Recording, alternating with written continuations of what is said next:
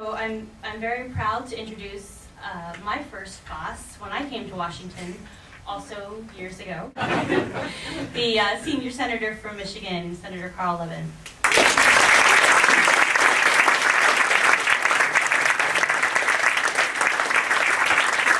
Thank you. Nicole, thank you so much. This coalition has really already made a difference. And you can feel reverberations on the Hill, not only today, but from your previous work. And we're determined that we're going to get some legislation passed to close some of these outrageous, egregious, unjustified tax loopholes, and to get some transparency as well for corporations. And I can only assure you that if and when that happens, and I will say when that happens, that it will be in significant measure because we have the outside support of the people in this coalition. I very much appreciate, Lloyd, your comments about me and your leadership. There are people in the House of Representatives who spell Lloyd's last name D-O-G-G-E-D. Leave off the T's and put in the D instead, because he is a dogged soul, a great representative from Texas. My brother comments about that all the time. I have a congressman brother who, by the way, please remember, is an older brother when you see him. And if you have any trouble lobbying him, please let me know that as well. If there's any resistance at all in his office, I want to know about it. Lloyd said that they're passing all their post office bills in the House. That's one of the differences between the House and the Senate. You can't even get the post office bills passed in the U.S. Senate. It takes 60 votes for everything, including post offices named after one's mother. The legislation that has been introduced, both on the accountability and the transparency legislation, and we're very grateful, by the way, to Senator Grassley for his support of the legislation that would bring transparency finally to corporations. We require more information when people get out, when people take a driver's license test than we do for people who are forming corporations. Even bank accounts require beneficial ownership to be described, but not corporations. The resistance that we've received from the secretaries of state has not yet been overcome. It's unbelievable to me that they even raised the objection, because it's such a minor issue, frankly, to ask when someone's incorporating for the names of the beneficial owners. But nonetheless, despite huge support from the law enforcement community, all parts of the law enforcement community, in support of our legislation for transparency for the reasons that you've already heard, nonetheless, we've not been able to get that over the goal line. And so I do hope that when you get to Senator Leahy's office, for instance, that you put in a good word for the passage of this legislation. I know that Senator Grassley on the other side, as ranking member, is very supportive of it, but a good word with Senator Leahy will help. And thank you also, Lloyd, for mentioning my staff. Elise Bean and her colleagues have made an amazing contribution to tax fairness in this country. We have tax avoidance schemes and tax avoidance techniques which are really totally egregious. Where the loopholes exist, we can and should close them, and we're determined to close them.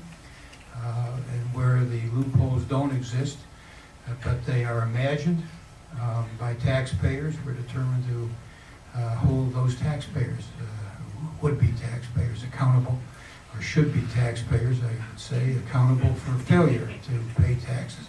And some of these loopholes are pretty dubious, I must say. And we pointed out some of the dubious tax law, including that one with Hewlett-Packard that was referred to. But without going into a lot of detail on the legislation, and many of you are familiar with it, we've had what we call a cut unjustified tax loophole bill, or cut loopholes bill. A number of other bills have already been introduced going through the many loopholes which have been either used or imagined or created in order to avoid paying taxes. The point is very, very pungent that when some of the wealthiest corporations, and most profitable corporations and wealthy individuals don't pay their taxes, that burden has got to be shouldered by the rest of us, by small businesses or even large businesses that pay their taxes, that can't ship their intellectual property to the Caymans or wherever, and who can't avoid taxes in the other ways that some of our largest corporations have found available to them.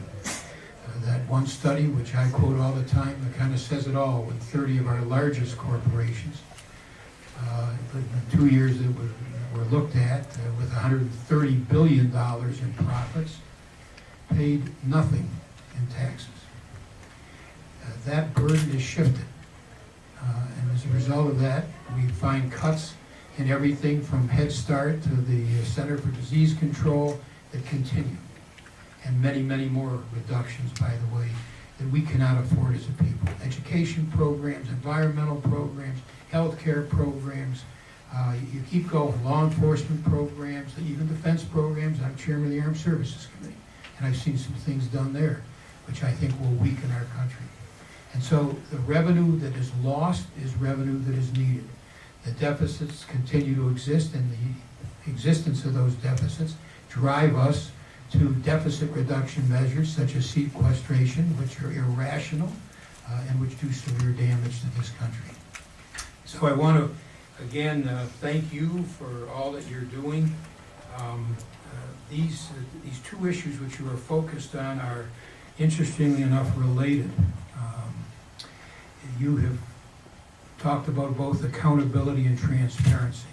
On one, we are struggling very, very hard to bring about, and that's accountability.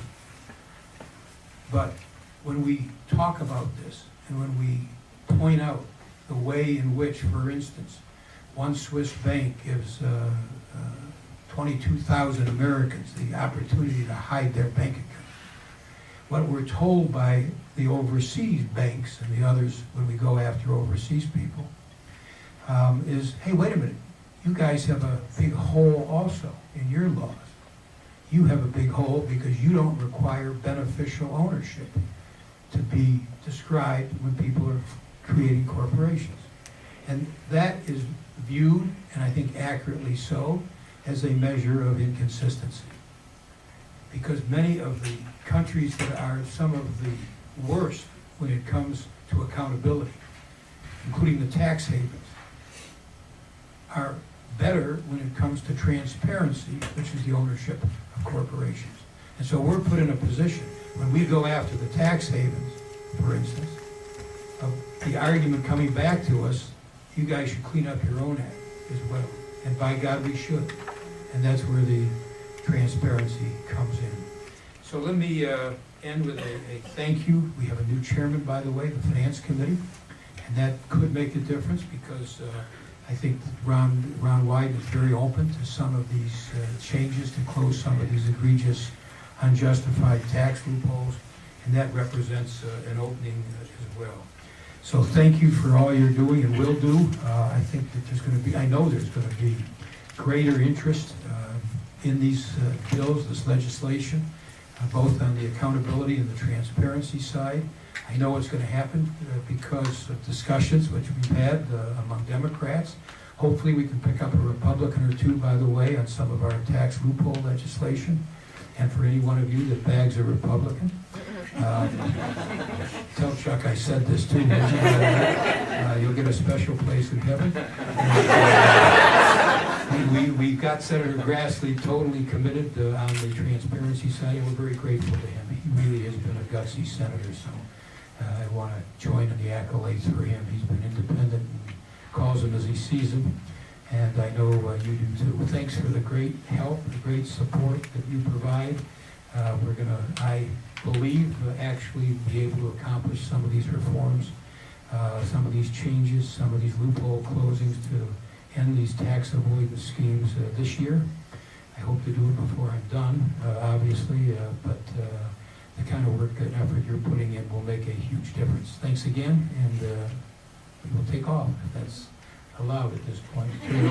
Turn it over to your panel. Thanks so much.